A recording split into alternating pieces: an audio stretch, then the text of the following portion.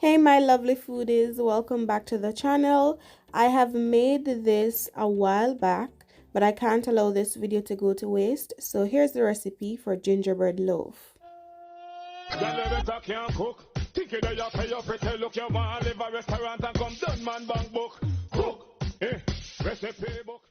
So I'm going to start off with the dry ingredients. This will be 2 cups of all-purpose flour. One is already in the bowl. Next, I'm going to add a tablespoon of ginger powder. Then I'm going to go in with the spices. That is 2 teaspoons of cinnamon powder. Then a 1/4 teaspoon of cloves. Do not add too much cloves because cloves are very strong. Next, I'm going in with a teaspoon of baking powder and a 1/2 teaspoon of baking soda. Next, a 1/4 teaspoon of salt. Then I'm just going to run all this through my strainer or your sieve if you have a sieve. You can also add some nutmeg to this if you have some freshly grated nutmeg. Just grate it a little in your mixture and that will be perfect. So once I'm through with that, I'm just going to use a whisk to just get everything nice and together. All the dry ingredients nice and well incorporated or nice and well blended. So now on to the wet ingredients. I have here 1 stick of melted butter.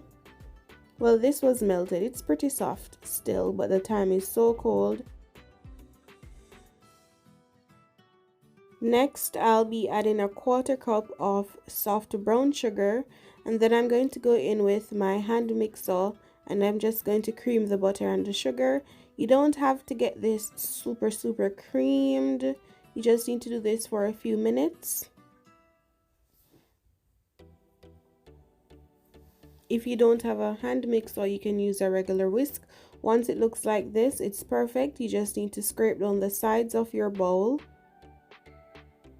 Then I'm going to go in with 1 egg.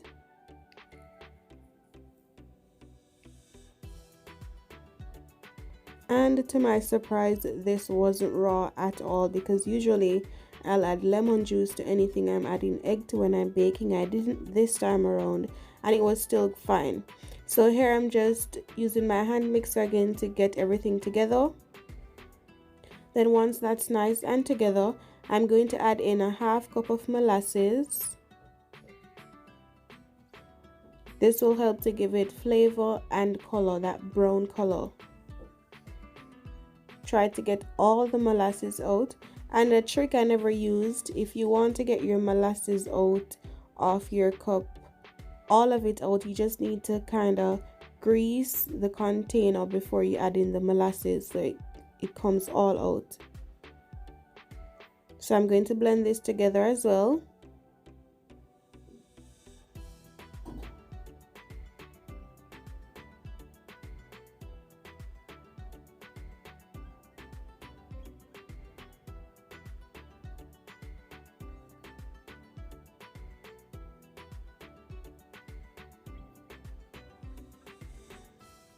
And this will only take a few minutes. So the next thing we're going to do is we are going to add some room temperature milk. Now before you add the milk, I'm going to be adding in some yogurt. Now trust me, yogurt is just plain yogurt, 2 tablespoons of plain yogurt. Yogurt makes pastries super fluffy and it helps to retain all that moisture in your pastry. Trust me, the yogurt, do not leave out the yogurt, guys. It's perfect. And if you don't have yogurt, you can use sour cream, right? So here I'm still blending everything together. Then I'm going to add in the milk. Now I'm going to add in the milk, right? I'll be adding in a 1/4 cup of room temperature milk. If further on you need more milk, you can add a little bit more milk. So next I'm going to add in, of course, for flavor, a teaspoon of vanilla extract. Then we need to mix everything together once more. Here I'm just using my spatula to do this. Just get the wet ingredients nice and together.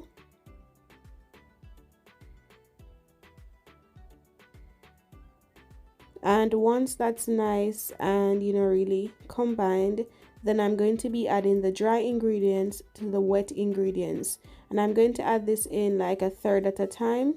So I'll add this in 3. So I'll add a third of the dry ingredients mixture, and I'm going to use my whisk here to just get everything together.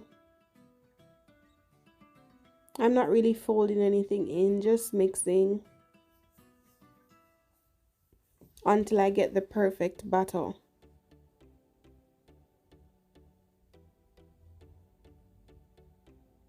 Another third in. Mix, mix, mix. Then the final amount, I'll add that in. So here I think the batter was way too thick, so I added another 1/4 cup of milk. You can add the milk as you go along. You don't want this to be super thick because this is not one of those dense cakes or anything. You want this to be a little bit runny. So another 1/4 cup of milk, so a 1/2 cup of milk in total, and that's perfect. I will try my best to add the detailed recipe on my website tomorrow so you can also see that. So once I'm finished mixing this, it's nice and runny, but not too runny. I will add this to a greased and lined 9-inch loaf tin that you are seeing here.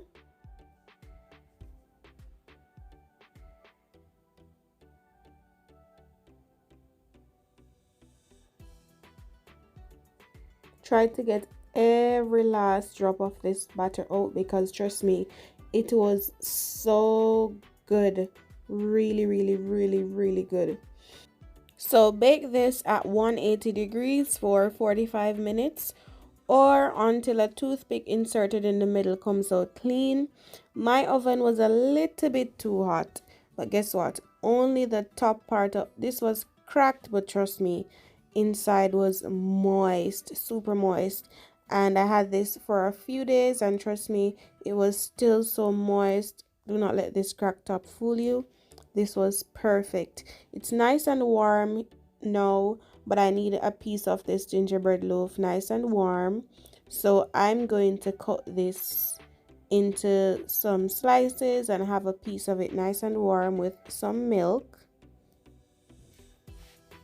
So I'm going to cut right into it. Do not let the cracked top fool you guys. Trust me, this was really, really good. The oven was a little bit too hot. Well, I was using an electric oven, so I think the top burner thing was a little bit too high.